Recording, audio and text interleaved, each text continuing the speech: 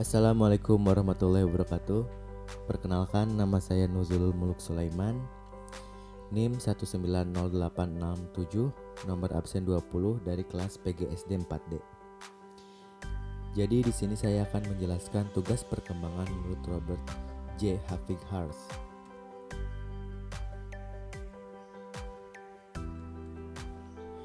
Biografi Robert J. Hafigharz. Robert James Hafigharz lahir pada tanggal 5 Juni 1900 dan wafat tanggal 31 Januari 1991. Ia adalah seorang ahli kimia dan fisikawan, pendidikan dan ahli dalam perkembangan manusia dan penuaan. Robert Hafigharz menyatakan bahwa perkembangan seseorang anak-anak dipengaruhi oleh faktor lingkungan. Hal ini merupakan satu elemen penting yang berperan dalam pertumbuhan dan perkembangan pada anak-anak. Beliau memfokuskan kepada keadaan sekeliling atau lingkungan di mana tempat seseorang, anak-anak itu membesar yang akan memberi dan meninggalkan sama ada positif atau negatif, bergantung kepada ibu bapak yang memberikan ciri mereka.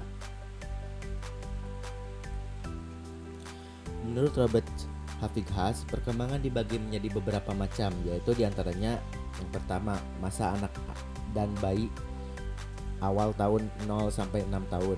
Yang kedua, anak-anak madya 6 sampai 13 tahun. 3, remaja 13 sampai 18 tahun.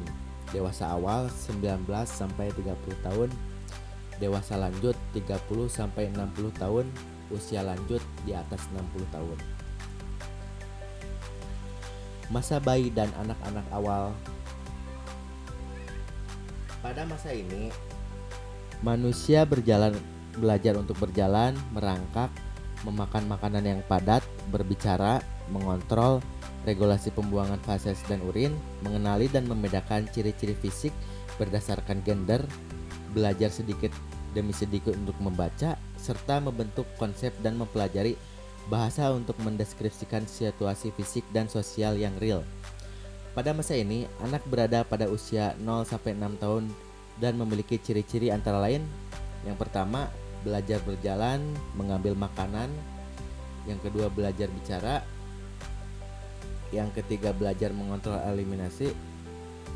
Yang keempat, belajar tentang perbedaan jenis kelamin. Dan yang terakhir, membentuk konsep-konsep sederhana mengenai kenyataan sosial dan fisik. Masa kanak-kanak madya 6 sampai 13 tahun.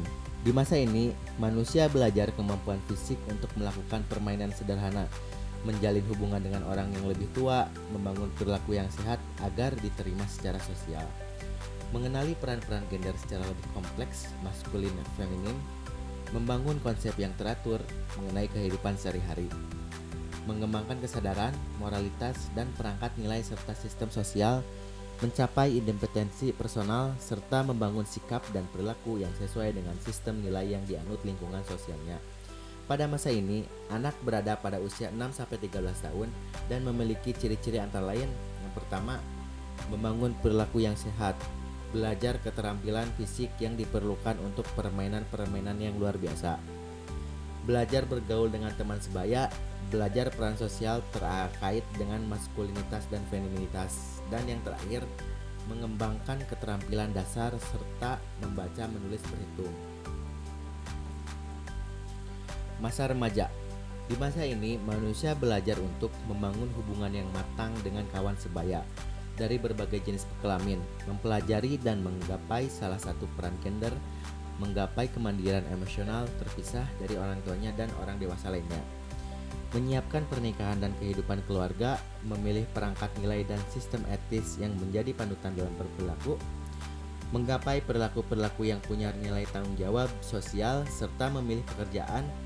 Pada masa ini, remaja berada pada usia 13 sampai 18 tahun dan memiliki ciri-ciri antara lain. Yang pertama, membina hubungan baru yang lebih dewasa dengan teman sebaya, baik laki-laki maupun perempuan. Yang kedua, pencapaian peran sosial maskulin atau feminitas. Yang ketiga, pencapaian kemandirian emosi dari orang tua dan orang lain. Yang keempat, pencapaian kemandirian dalam mengatur keuangan. Yang terakhir, menerima keadaan fisiknya dan menggunakan secara efektif.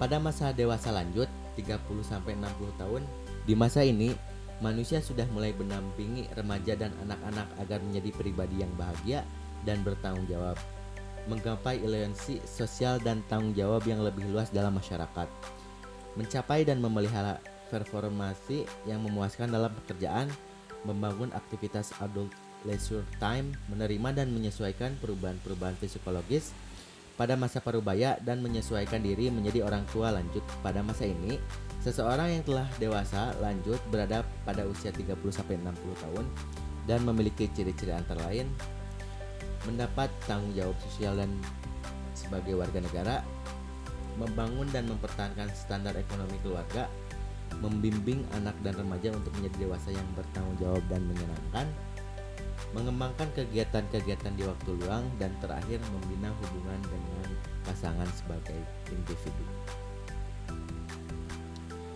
Usia lanjut di atas 60 tahun. Di masa ini, manusia biasanya menyesuaikan penurunan kekuatan fisik dan kesehatan,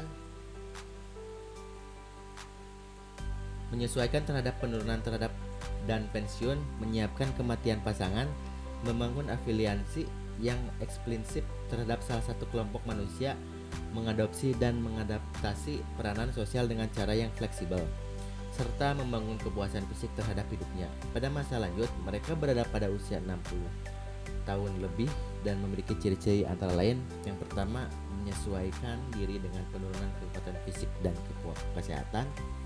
Yang kedua, menyesuaikan diri dengan situasi pensiun dan penghasilan yang semakin berkurang. Menyesuaikan diri dengan keadaan kehilangan pasangan, suami atau istri. Membina hubungan dengan teman sesama usia lanjut. Dan yang terakhir, melakukan pertemuan-pertemuan sosial.